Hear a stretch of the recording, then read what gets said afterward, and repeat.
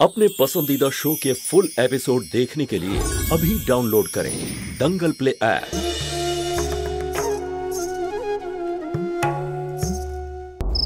दीदी बोलो এবার কেমন লাগছে তোমার মেহেন্দি? দিদি তোমার ভালো লেগেছে না মেহেন্দিটা? শুধু ভালো লাগেনি, খুব ভালো লেগেছে। আমি তো জানি তোমাদের সবার থেকে ভালো মেহেন্দি আমাকে আর কেউ পরাতেই পারতো না। Thank you very much. সত্যি জ্যোতি, বাচ্চারা এত সুন্দর মেহেন্দি পরিয়েছে, আজ পর্যন্ত কাউকে দেখা যায়নি। ওটা তো ঠিক আছে মা, কিন্তু জানা তো চাই যে এরা কি এঁকেছে।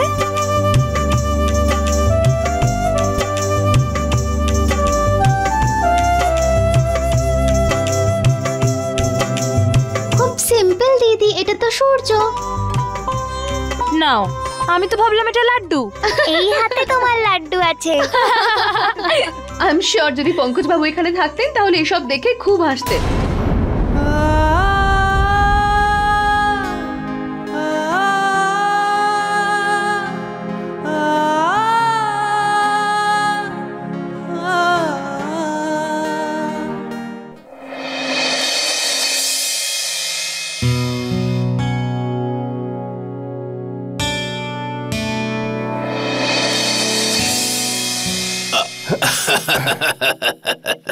শোনো পঙ্কজ, তুমি কিন্তু নিয়ম ভাঙতে পারবে না। এবার তুমি জ্যোতির সঙ্গে বিয়ের পরেই দেখা করতে পারবে। আরে মামা, আমি জ্যোতির সঙ্গে দেখা করতে চাই। আমি প্রমিস করছি 5 মিনিটেই চলে যাব। না না না, তুমি একদম ভিতরে ঢুকতে পারবে না।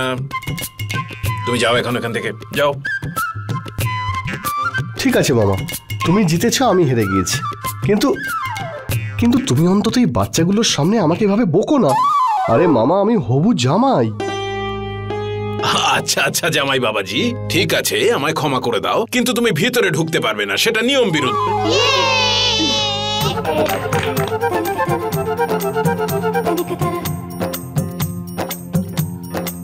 আমি তোমার নিয়ম ভেঙে দিয়েছি, আমি ভিতরে চলে এসেছি, তুমি আর কিচ্ছু বলতে পারবে না। I am sorry. বড় হবে না কোনোদিন, যাও। তুমি তো শুনছিলেই না।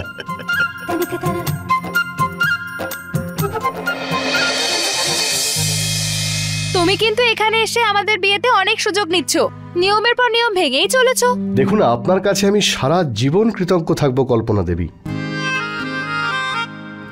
এন্ড আই প্রমিস, আপনার বিয়েতে আপনার সঙ্গে আপনার হবু বরকে কিছু সময় একা কাটানোর সুযোগ দিয়ে এই ঋণ আমি শোধ করে দেব। কি এবার খুশি তো?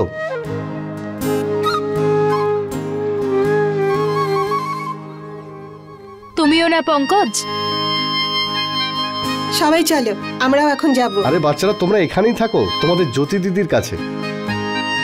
এখন আমরা সবাই ফ্যামিলি, আর আমার প্রাইভেসির কোনো প্রয়োজন নেই। একদম, এটা ঠিক বলেছো।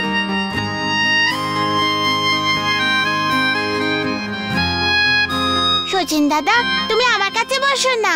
হ্যাঁ শোনা,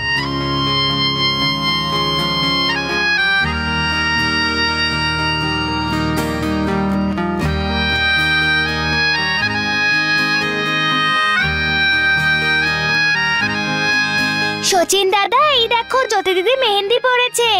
আরে বাহ, কই দেখি তো।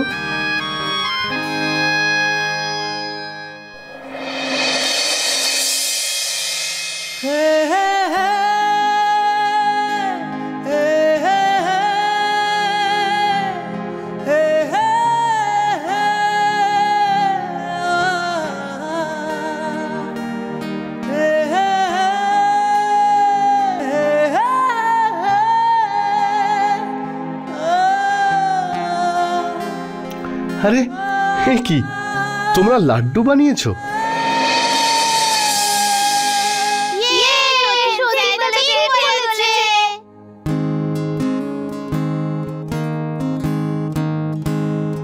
আর তোমরা এটা কি বানিয়েছো? সূর্য? সচিন দাদা একদম ঠিক কেস করেছে।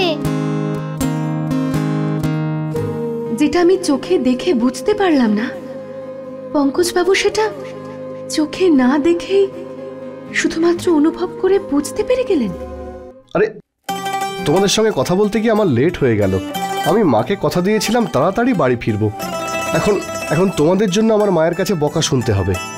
কিন্তু হ্যাঁ, কাল থেকে কিন্তু এসব হবে না, কারণ জ্যোতি ওই বাড়িতে চলে যাবে আমাদের বাড়ির একজন হয়ে।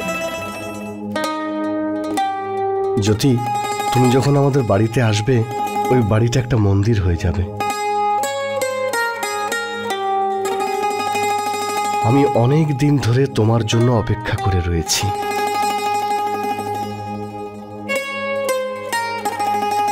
আচ্ছা বাচ্চারা, এখন আমি আসি। সচিন দাদা, হ্যাঁ সোনা। যাওয়ার আগে আমরা সবাই তোমাকে কিছু বলতে চাই। আচ্ছা, কি বলতে চাও সোনা? জ্যোতি দিদির বিয়ে না, সেই জন্য আমরা একটা সারপ্রাইজ গিফট রেখেছি, তাই দিদিকে বলার আগে আমরা তোমাকে বলতে চাই। আচ্ছা ঠিক আছে, চলো তাহলে। এসো।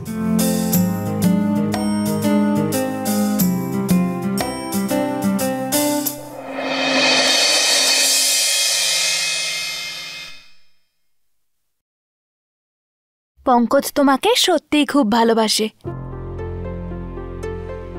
আর এখন তোমার সেই সময় চলে এসেছে এই ভালোবাসার উত্তর দেওয়ার। যদি তোমাকে সবকিছু ভুলে গিয়ে তোমার নিজেকে পুরোপুরিভাবে ওই ভালোবাসায় সমর্পিত করতে হবে,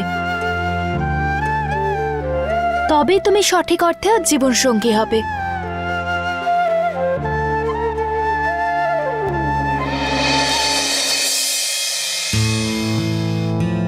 তোরা দুজনে বসে এখানে গল্প করছিস, জ্যোতিকে তো তৈরি করতে হবে।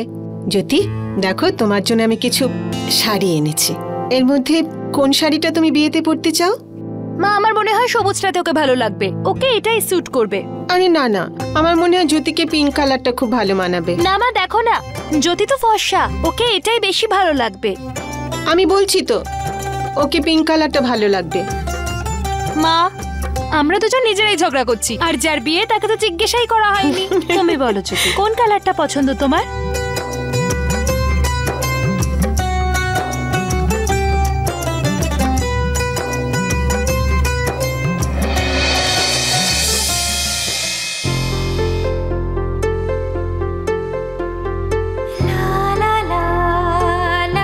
আরে এটা কি, তোমরা লাড্ডু বানিয়েছো?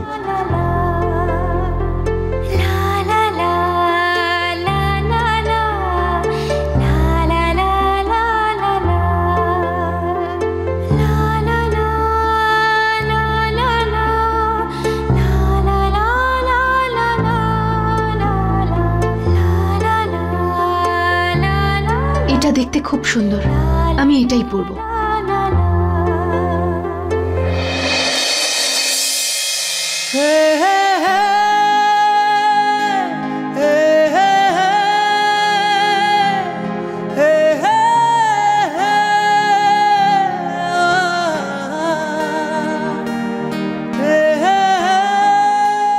फुल एपिसोड देखने के लिए अभी डाउनलोड करें दंगल प्ले ऐप।